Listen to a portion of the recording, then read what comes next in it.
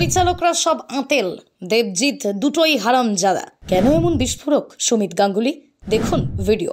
90-এর দশকের বাংলা ছবিতে নায়ক ছাড়াও খলনায়ক হিসেবে ব্যাপক জনপ্রিয়তা পেয়েছিলেন বিপ্লব চ্যাটার্জি, দুলাল লাহিড়ী, মৃণাল মুখার্জির মতো খলনায়কেরা। তবে আরও একজন খলনায়ক আছেন যাকে সকলেই আজ মনে রেখেছেন। হ্যাঁ, ঠিকই আন্দাজ করেছেন, অভিনেতা সুমিত গাঙ্গুলির। তার কথাই বলছি। পর্দায় তাকে দেখলেই শিউরে উঠতেন দর্শকরা। সিনেমায় নায়কদের পাশাপাশি এই নেগেটিভ চরিত্র ছিল খুবই গুরুত্বপূর্ণ। একসময় প্রসেনজিৎ থেকে শুরু করে দেবজিতের মতো তারকাদের সাথেও কাজ করতেন তিনি।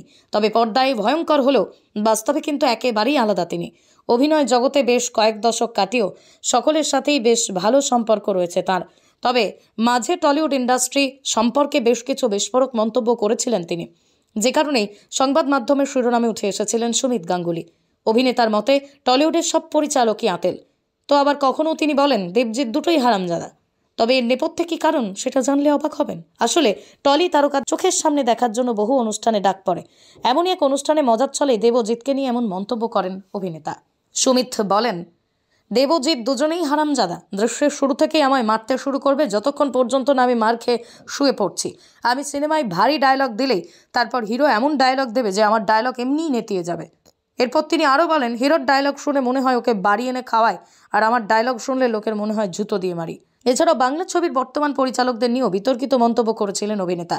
তিনি বলেন, কন্যে সমস্ত পরিচালকরা কাজ করেছেন তারা সবাই আঁতেল। সিনেমা কাকে বলে জানিই না, মানুষের আবেগ বোঝে না, এরা কখনো কমার্শিয়াল সিনেমা নিয়ে কাজ করেনি। সিনেমায় যদি মারধরের সুযোগই না থাকে তাহলে মারা কিভাবে কাজের সুযোগ পাবো?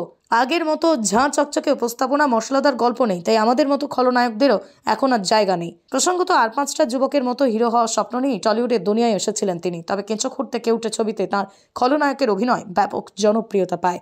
এরপর আর হিরো নয়, একের পর এক খলনায়ক চরিত্রে অফার পেতে থাকেন। তাই শেষমেশ আর নায়ক হয়ে ওঠা হয়নি। এমএলএ ফাটাকেস্ট, যুদ্ধ, ঘাতক, চ্যালেঞ্জ 2, 100% লাভ, লে হালুয়ালে, আই লাভ ইউ, মিনিস্টার, ফাটাকেস্ট, বেশ করেছে, প্রেম করেছির মতো একাধিক সুপারহিট বাংলা ছবিতে দেখা গিয়েছিল অভিনেতাকে।